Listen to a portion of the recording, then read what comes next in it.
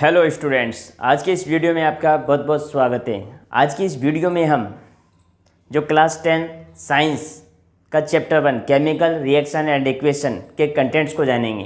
Content means chapter 1 के अंदर जितने भी टॉपिक हैं उन टॉपिक्स को जानेंगे। मतलब टॉपिक्स कौन कौन से हैं, टॉपिक को जानना बहुत ज़रूरी है, क्योंकि अगर हमें टॉपिक नहीं पता तो हम उस चैप्टर को अच्छे से नहीं पढ़ सकते। तो टॉपिक क्लियर होना चाहिए और टॉपिक जो उसमें सटीक बातें हमें पता होनी चाहिए। ज़्यादा पढ़ने से कुछ नहीं होता है, आपको मेन बात पता होनी चाहिए। तो शुरू करते हैं आज की क्लास और समझते हैं सभी टॉपिक्स को। तो क्लास को आप ध्यान से देखिएगा। तो सबसे पहले हम शुरू करते हैं। जो चैप्टर 1 है उसका नाम है केमिकल रिएक्शन एंड इक्वेशंस। तो पहला टॉपिक जो है इसके अंदर, पहला टॉपिक है केमिकल रिएक्शन। Chemical reaction. अब हमें केमिकल रिएक्शन में क्या पढ़ना है, इसकी डेफिनेशन और एग्जाम्पल को जानना है। किसको जानना है? डेफिनेशन और एग्जाम्पल। एक बात जान लीजिए, जब भी आपके सामने कोई टॉपिक हो तो आपको उसकी डेफिनेशन और एग्जाम्पल ज़रूर आना चाहिए। ऐसा करने से क्या होगा, आपके जो मार्क्स है वो 90 अबव रहेंगे। चाहे से आप पेपर सर्च कर सकते हैं, जो पहले पेपर लगे हैं, लेकिन उन क्वेश्चन को समझने के लिए भी माइंड की ज़रूरत है।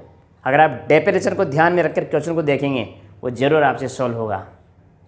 तो देखिए, दूसरा टॉपिक है केमिकल इक्वेशन। केमिकल इक्वेशन, इसमें भी क्या करना है? डेफिनेशन लिखना है, एग्जाम्पल लिखना है, बात खत्म। उसके बाद क्या करना है? अगला टॉपिक है बैलेंसिंग केमिकल इक्वेशंस। तो केमिकल इक्वेशन जो है उसे क्या करना है? बैलेंस करना है। और इसके अंदर कोई डेफिनेशन वगैरह कुछ ऐसा नहीं करना है। इसमें क्या होंगे? बैलेंस से रिगार्डिंग क्वेश्चन होंगे। बैलेंस से रिगार्डिंग क्वेश्चन होंगे, मतलब आपको जो क्वेश्चन है उनको बैलेंस करना पड़ेगा। मतलब इसमें क्वेश्चन है और उनको सोल्व करना पड़ेगा। मतलब इसमें आपको किसकी ज़रूरत है? इसमें आपको प्रैक्टिस की ज़रूरत है। आपको बार बार प्रैक्टिस करनी है, बार बार आपको प्रैक्टिस करनी पड़ेगी इसके अंदर, इस टॉपिक के अंदर। उसके बाद चलते हैं हम नेक्स्ट टॉपिक हमारा क्या होगा, और इसके लिए मैं अलग से वीडियो बनाऊंगा केमिकल बैलेंसिंग इक्वेशन पे, क्योंकि हर बार बोर्ड एग्जाम में क्वेश्चन आता है। कई तरह के क्वेश्चन आते हैं जिसमें हम अटक जाते हैं, लेकिन मेरी गारंटी है एक बार मेरे से ये पढ़ लिया, कभी दिक्कत नहीं आने वाली। अगला टॉपिक है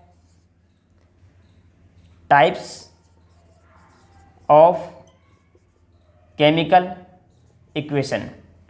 टाइप्स ऑफ केमिकल इक्वेशन, ये वाला टॉपिक थोड़ा बड़ा है, क्योंकि इसमें जितने भी टाइप्स है केमिकल रिएक्शन के वो जानेंगे।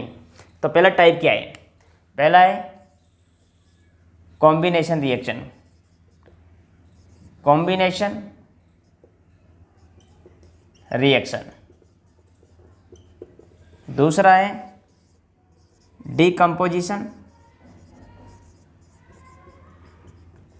रिएक्शन। और कॉम्बिनेशन रिएक्शन को एक्जोथर्मिक रिएक्शन भी बोलते हैं। एक्जो क्योंकि इसमें हीट निकलती है, बाकी समझने वाली बात बाद है। अभी मैं कंटेंट्स के बारे में बात कर रहा हूँ ओनली। और इसको एंडोथर्मिक रिएक्शन भी बोलते हैं। एंडोथर्मिक रिएक्शन किसे बोलते हैं? Decomposition reaction. क्यों? क्योंकि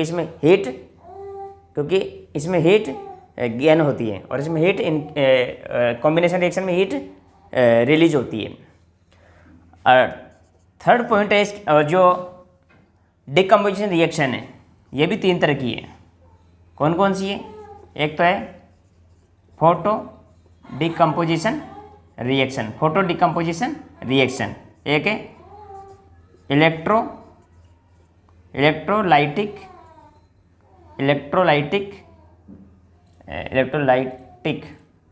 decomposition reaction.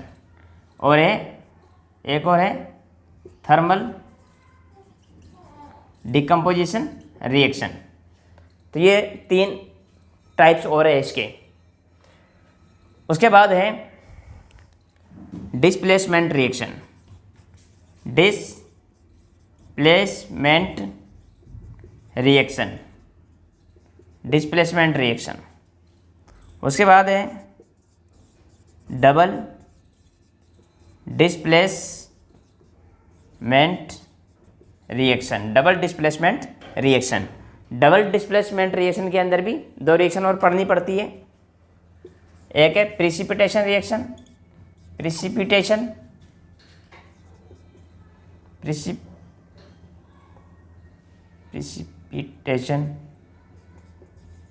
Reaction, precipitation reaction, और एक है न्यूट्रलाइजेशन रिएक्शन, न्यूट्रलाइजेशन रिएक्शन। ये दो डेफिनेशन और इसके अंदर पढ़नी पड़ती है। नेक्स्ट है oxidation and reduction, oxidation and reduction. इसमें ऑक्सीडेशन और रिडक्शन को समझना पड़ता है, इसमें डिफरेंस भी पूछ लेता है दोनों के अंदर। उसके बाद नेक्स्ट है ये मतलब 4 वाला जो पॉइंट है टाइप्स ऑफ इक्वेशन, उनके अंदर ये टॉपिक है। जो नंबर 5 है इसमें इफेक्ट्स ऑफ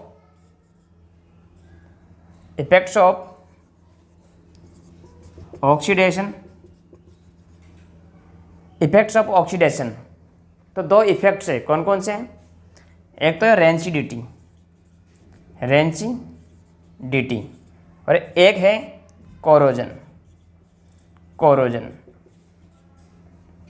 कोरोजन।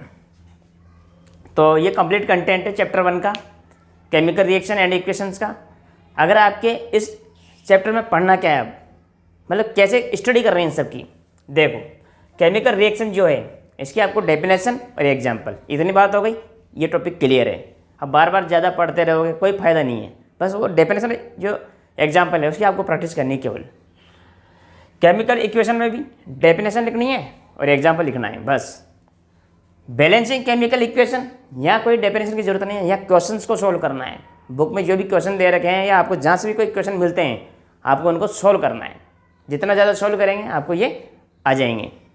और मैं इसके लिए वीडियो बना भी रखा हूँ और बना दूँगा ताकि आपके लिए ईजी हो जाए। उसके बाद टाइप्स ऑफ केमिकल इक्वेशंस, तो आपसे कोई भी टाइप्स वगैरह नहीं पूछने वाला कि आपको ऐसा पूछेगा कि टाइप्स ऑफ केमिकल इक्वेशंस के टाइप्स को लिखिए, नहीं पूछेगा। आपको डायरेक्ट रिएक्शन देगा, उन रिएक्शन के आपको डेफिनेशन और एग्जाम्पल लिखना है।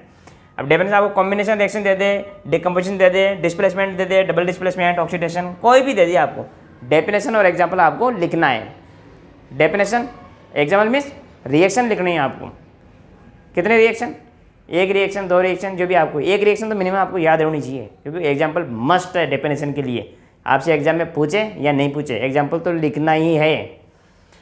और यहाँ पर जो इनके टाइप निकले, जैसे डिकम्पोजिशन रिएक्शन है तो फोटो डिकम्पोजिशन रिएक्शन है, इलेक्ट्रोलाइटिक डिकम्पोजिशन रिएक्शन है, थर्मल डिकम्पोजिशन रिएक्शन है, इनकी भी डेफिनेशन और एग्जाम्पल आपको आना चाहिए। प्रिसिपिटेशन रिएक्शन, न्यूट्रलाइजेशन रिएक्शन, इनकी भी डेफिनेशन और एग्जाम्पल आना चाहिए। और इफेक्ट्स ऑफ ऑक्सीडेशन, तो यहाँ पर रेंसिडिटी और कोरोजन जो वर्ड है तो ये एक प्रॉब्लम है, तो इनकी डेफिनेशन लिखनी है, एग्जाम्पल लिखना है और प्रॉब्लम का सॉल्यूशन भी लिखना होता है। जहाँ पर भी कोई प्रॉब्लम होती है, कोई भी टॉपिक है, अगर वो प्रॉब्लम से रिलेटेड है तो उसका सॉल्यूशन भी लिखना होता है। तो ये ओवरऑल जो chemical reaction and equation chapter है उसका कंप्लीट कंटेंट है। इसमें मोस्टली क्वेश्चन डेफिनेशन और एग्जाम्पल आधारित है। यही नहीं, अधिकतर चैप्टर क्लास 10 की जो चैप्टर है वो डेफिनेशन और एग्जाम्पल पर ही आधारित होते हैं। और जिस बच्चे के अगर डेफिनेशन और एग्जाम्पल क्लियर है, इट मीन्स उसे बहुत आता है और बहुत सारे क्वेश्चंस को सॉल्व कर सकता है। तो लग जाइए आप इन चीज़ों पर। जय हिंद।